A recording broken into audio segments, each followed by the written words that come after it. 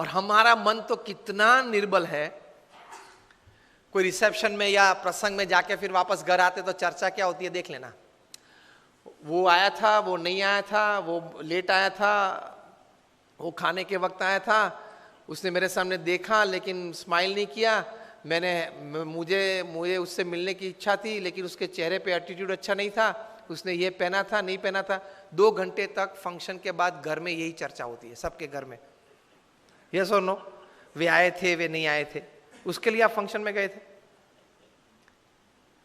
Half of the time we don't know what we are doing. 50% जीवन तो यूं ही पानी में चला जाता है, हमको कॉन्शियस स्टेट में पता ही नहीं है कि हम क्या कर रहे हैं। बारात निकलती है तो तीसरे मंजिले पे खड़े खड़े, सुबह में एक तो देरी से उठा है, 10 बज गए हैं तो भी ब्रश करते करते वहां थूक रहा है, स्वच्छ भारत प्रोजेक्ट बिगाड़ रहा है प्रधानमंत्री श्री का, और फिर अंदर आके बोलेगा बारात 20 मिनट तक देखी, दोनों जम नहीं रहे, तो दोनों को जमाने की जिम्मेदारी तेरी थी, और अगर नहीं जमा और कुछ हुआ तो एक की जिम्मेदारी तेरे पे आने वाली है। एटीट्यूड्स हमारे बहुत चीप हो गए हैं। तो मन जरा दृढ़ रखना, accept and welcome wrong attitudes and insults in life. देख तो लो, चेक तो कर लो आप इमोशनली कितने स्ट्रांग है, इमोशनली आप कितने स्ट्रांग है। चेक कब होगा? जब आपका किसी ने अपमान किया,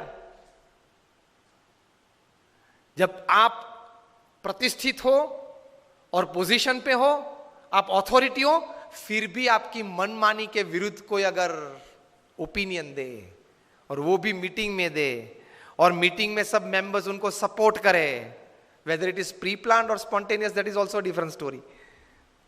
उस वक्त आपकी अंदर की हालत कैसी बनती है वो आपके एटीट्यूड पे निर्भर होगा। If my opinion works, I am happy to work. If my opinion does not work, somebody else's opinion prevails, I am more happy to work।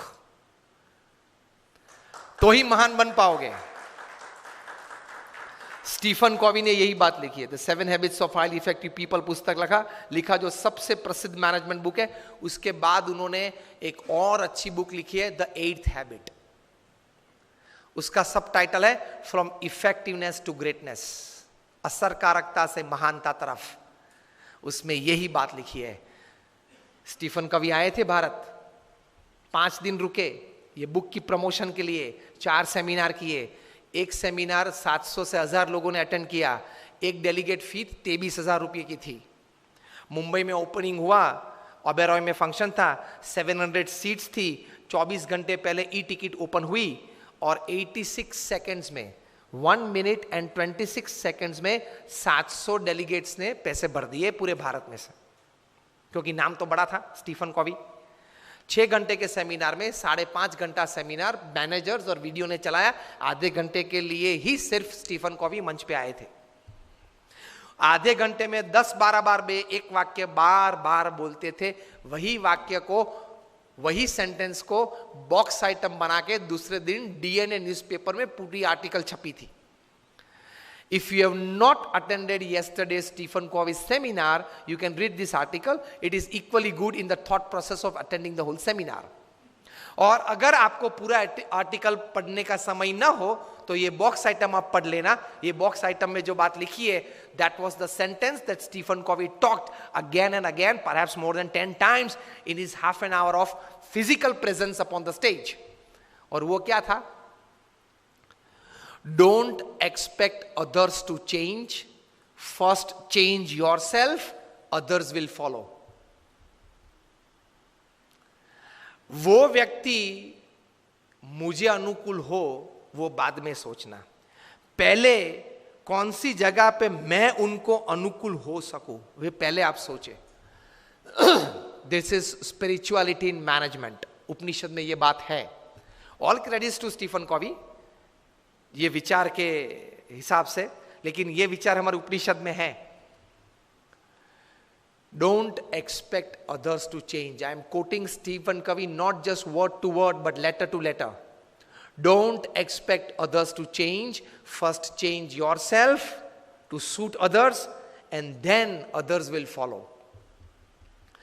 तो एटीट्यूड ये रखना है काम करने कि मुझे सब कोई अनुकूल हो तो देखो मैं कैसा काम कर पाता हूं, वो एटीट्यूड नहीं है, गलत है. आप अपनी टीम को अनुकूल होके सबके पास अपनी एनर्जीज डेवलप करके टीम वर्क बढ़ा के कैसा काम कर सकते हैं, वही सफलता है. तो that comes in attitude. Don't expect others to change, otherwise everybody is expecting others to change.